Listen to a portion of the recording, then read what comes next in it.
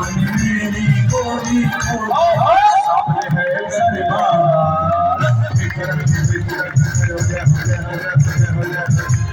सामने है इंसान तिजोरी का जवाब नहीं तिजोरी का जवाब नहीं तिजोरी का जवाब नहीं तिजोरी का जवाब नहीं तिजोरी का जवाब नहीं तिजोरी का जवाब नहीं